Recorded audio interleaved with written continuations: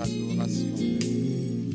Merci pour ce moment. Nous venons nous soumettre à toi. Nous soumettre à ton Saint-Esprit. Nous soumettre à l'autorité, à l'esprit et à la vie de ta parole. Merci Père de nous conduire en ce moment. Envoie ta parole et guéris plusieurs. Nous mettons ce moment, Seigneur. Glorifie ton Saint-Nom au nom puissant de Jésus-Christ et que toute la création soit soumise à l'autorité de la parole du Dieu vivant, au règne et à la majesté de Jésus-Christ de Nazareth, à la puissance du Saint-Esprit, au nom de Jésus-Christ de Nazareth. Merci notre Père et notre Dieu, dans le nom de Jésus. Amen, alléluia.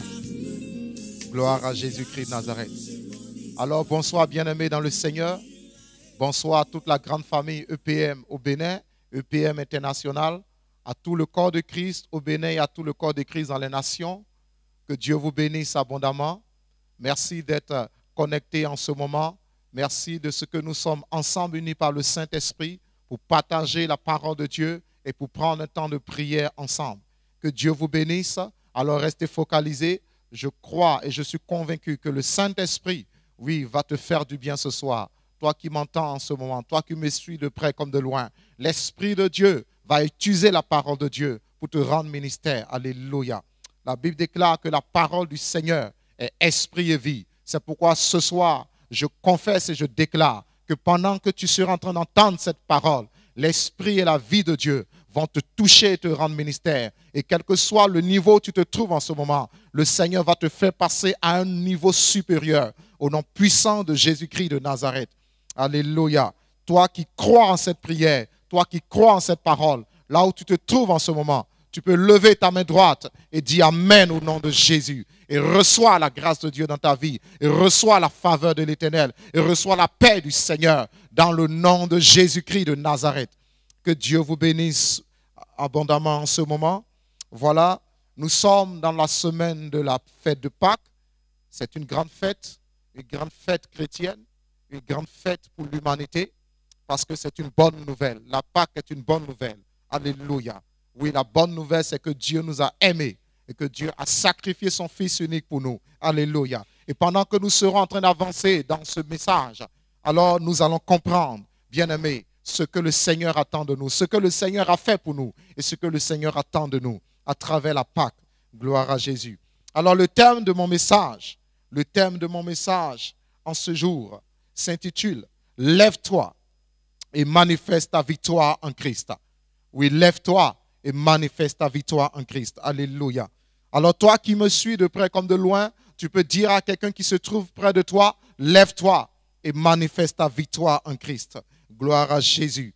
Oui, effectivement, nous avons une victoire en Jésus-Christ de Nazareth, notre Seigneur. La vie chrétienne est une vie de victoire. Suivre Jésus-Christ, c'est marcher dans la victoire. La victoire que le Fils de Dieu vivant a acquis pour l'humanité, a acquis pour toi et pour moi. Alléluia. Et ce soir, tu vas comprendre que marcher avec Christ, que suivre Christ, c'est marcher dans la victoire. Et cette victoire, tu dois comprendre, tu dois savoir comment l'approprier et comment la manifester dans ta vie. C'est pourquoi ce thème, lève-toi et manifeste ta victoire en Christ Jésus. Alléluia. Évangile selon Jean, chapitre 19, le verset 30. Je lis la parole de Dieu. Quand Jésus eut pris le vinaigre, il dit, tout est accompli. Et baissant la tête, il rendit l'esprit. Alléluia. Quand Jésus eut pris le vinaigre, il dit, tout est accompli. Et baissant la tête, il rendit l'esprit. Bien-aimé, ce passage est la conclusion de l'épisode de la croix. Lorsque Jésus-Christ a été arrêté, lorsque Jésus-Christ a été maltraité, lorsque Jésus-Christ a été frappé, insulté, méprisé, humilié publiquement, lorsque Jésus-Christ a été condamné injustement, il a été percé sur la croix, cloué, les mains clouées, les pieds cloués, son côté percé. La Bible déclare que Jésus-Christ est allé sur la croix. Il a supporté la douleur, il a supporté la souffrance, il a supporté le mépris des hommes, des pécheurs. Et la Bible déclare que lorsqu'il était en train de finir son œuvre sur la croix, il a pris le vinaigre. Il a dit, j'ai soif. On lui a donné du vinaigre. Et la Bible déclare ici, après avoir pris le vinaigre, il a proclamé un cri de victoire. Il a dit, tout est accompli. Alléluia. Et baissant la tête, il rendit l'esprit. Tout est accompli. Alléluia. Bien-aimé, tout est accompli. C'est le sens de la Pâque. Tout est accompli. Qu'est-ce qui est accompli? Alléluia. Jésus-Christ, en proclamant que tout est accompli, était en train de dire les prophéties de l'Écriture concernant le Messie, le Christ, le Sauveur du monde, qui devait venir sur la terre, payer la dette du péché de l'humanité. Ces prophéties ont été accomplies. Les prophéties de l'Écriture qui annonçaient que Dieu allait sauver l'humanité de son péché, sauver l'humanité de la mort, sauver l'humanité de la condamnation, sauver l'humanité de l'enfer. Oui, ces prophéties ont été accomplies en la personne du Fils du Dieu vivant, Jésus-Christ de Nazareth. Tout est accompli signifie que le salut des hommes est accompli. Tout est accompli signifie que le sacrifice parfait qui ôte le péché du monde, le sacrifice parfait qui ne couvre pas simplement le péché. Tout est accompli signifie que la dette a été payée, que désormais la réconciliation entre Dieu et les hommes a été accomplie parfaitement. Tout est accompli signifie que la guérison des nations a été accomplie. La guérison de toute maladie et de toute infirmité a été accomplie. Tout est accompli signifie que Jésus-Christ a payé le prix parfait, le prix complet, le prix total pour le salut des hommes, pour le salut de l'humanité, pour ton salut, pour mon salut. Alléluia. Tout est accompli. Signifie que les hommes sont désormais délivrés de la puissance de Satan, de la puissance du diable, de la puissance des ténèbres. Le prix a été payé, le sang a coulé, le sacrifice parfait a été fait. Oui, tout est accompli. Alléluia. Quand Jésus disait tout est accompli, il voulait dire que désormais la prospérité à tous égards est accomplie pour l'humanité. Il pouvait dire que le règne de la mort est terminé. Le règne de la pauvreté est terminé. Le règne de la sorcellerie est terminé. Le règne de Satan est terminé. Tout est accompli. Désormais, le règne de Christ, l'autorité du Messie a commencé sur la terre. Le règne de Dieu est établi sur la terre. Tout est accompli. Alléluia. Bien-aimé, il faudra que tu comprennes ce soir que Jésus-Christ de Nazareth a payé le prix pour toi et pour moi. La Bible déclare, au commencement, Dieu a créé l'homme et la femme. Le premier homme qui s'appelait Adam et la première femme qui s'appelait Ève. Et la Bible va nous dire que Dieu va le mettre dans un jardin d'Éden, dans un jardin appelé l'Éden. Un jardin qui regorgeait d'abondance. Un jardin rempli de sources d'eau vive. Un jardin rempli de toutes sortes d'arbres fruitiers. Un jardin rempli de toutes sortes de richesses. La Bible va citer même qu'il y avait des pierres précieuses. Il y avait de l'or, il y avait de l'argent, il y avait du diamant, il y avait du chrysolite, il y avait de l'onyx. Il y avait plein de pierres précieuses. Dieu va mettre Adam et Ève, le premier homme et la première femme, dans un jardin rempli de vie, rempli de paix, rempli de joie, rempli d'abondance. Dieu a tout fait pour que l'homme se trouve en sécurité sur la terre. Dieu a investi l'homme et la femme de son autorité. Et tel qu'il domine dans les cieux, il a établi l'homme et la femme pour dominer sur la terre et pour dominer sur toute sa création. Alléluia. Et la Bible va nous dire que le Seigneur a créé l'homme et la femme à son image et à sa ressemblance. Il leur a tout donné. Et l'homme et la femme jouissaient d'une relation privilégiée avec le Seigneur. Une relation, oui, intime, une communion intime avec le Créateur. Et le Seigneur va leur dire, le Créateur va leur dire, va leur donner un seul commandement au commencement. Il va dire, vous pouvez manger de tous les arbres du jardin d'Éden, mais il y a un arbre dont vous ne devez pas manger le fruit.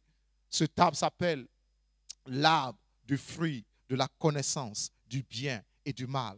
Et l'Éternel va leur dire, le jour où vous en mangerez, vous mourrez. Alléluia. Un seul commandement, vous ne toucherez pas à cet arbre, parce que le jour où vous en mangerez, vous mourrez. Alléluia. Et la Bible va nous dire que Adam et Ève ce premier homme et cette première femme vont respecter cette parole pendant longtemps.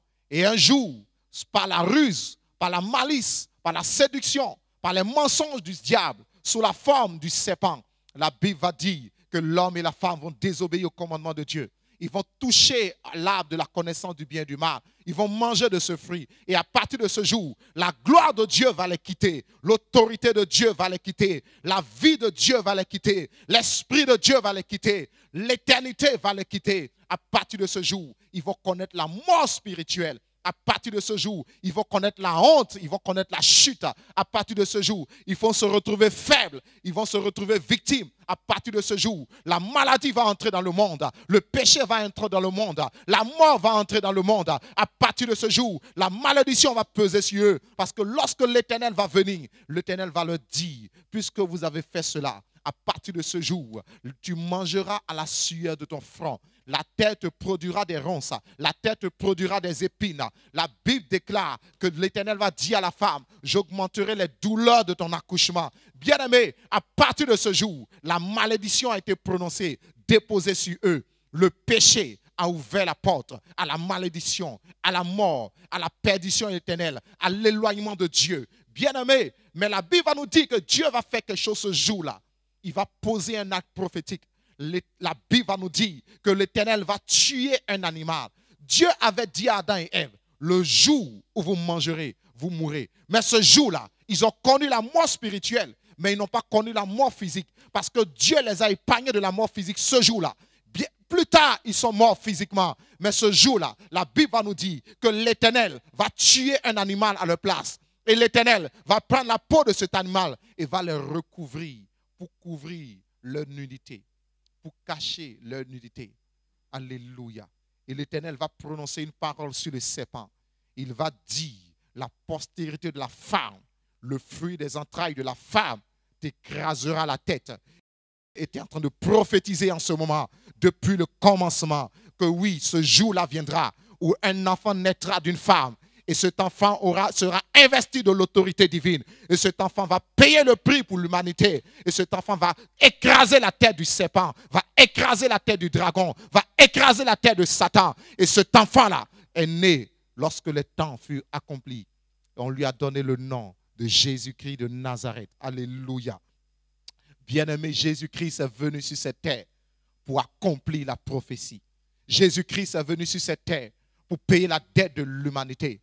La Bible déclare que tous sont péchés et sont privés de la gloire de Dieu. Personne ne peut se sauver par lui-même. Un seul est capable de sauver. Personne ne peut payer le prix pour ses péchés. Personne ne peut se délivrer lui-même de la main du diable. Un seul a été capable. Celui-là qui est né sur cette terre d'une femme vierge. Celui-là qui a vécu sans péché. Celui-là qui a obéi parfaitement à toute la loi de Dieu. Et celui-là qui a livré sa vie en sacrifice pour le péché de l'humanité. Jésus-Christ de Nazareth. Lui seul est capable de te sauver. Alléluia. Et c'est pourquoi il pouvait dire, après avoir accompli tout cela, il pouvait crier, il pouvait proclamer la victoire complète, la victoire totale, la victoire éternelle. Tout est accompli. Oui, le salut est accompli. Le prix a été payé. La dette de l'humanité a été réglée. Le Fils de Dieu a payé le prix. Son sang a coulé sur la croix. Jésus-Christ a payé pour le salut de l'humanité.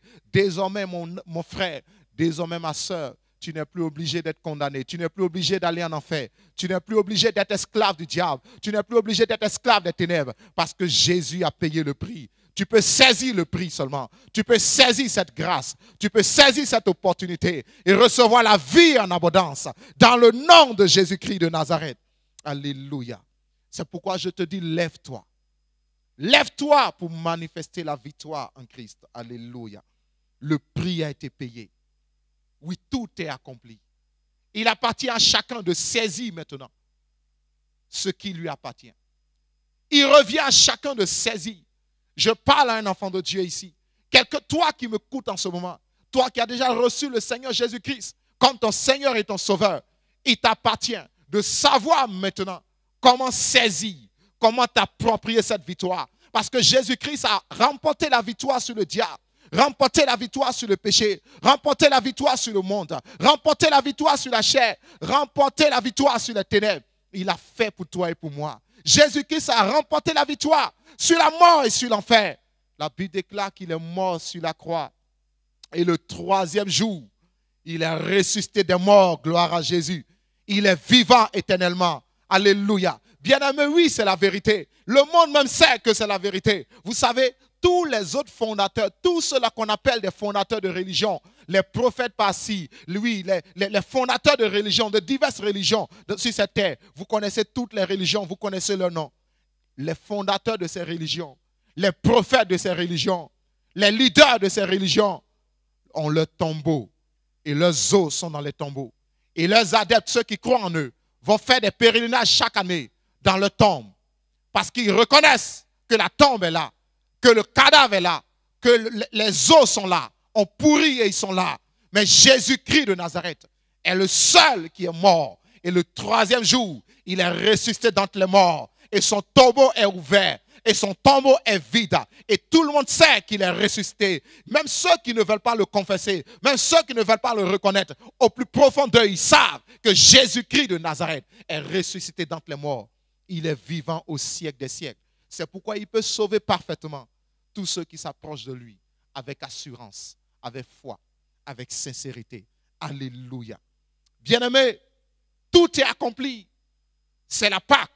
C'est la proclamation de la victoire totale, éternelle, définitive du Seigneur Jésus-Christ en notre faveur sur le péché et ses conséquences, sur la mort, sur l'enfer, sur les puissants des ténèbres, sur le diable et sur toutes ses armées. Il a proclamé le cri de victoire. Et toi et moi qui avons mis notre foi en lui, nous devons saisir cette victoire et nous devons marcher dans cette victoire. Alléluia. Et bien aimé, je m'en vais maintenant te donner quelques principes, te donner quelques stratégies, te donner quelques conseils qui vont te permettre de saisir cette victoire, de marcher dans cette victoire, de manifester cette victoire dans ta vie. Parce que si Jésus a remporté cette victoire, il s'attend à ce que cette victoire soit manifestée dans ta vie. Alléluia. Gloire à Jésus. Quand nous marchons avec le Seigneur, nous devons comprendre comment est-ce que le Seigneur travaille, comment est-ce que le Seigneur fonctionne.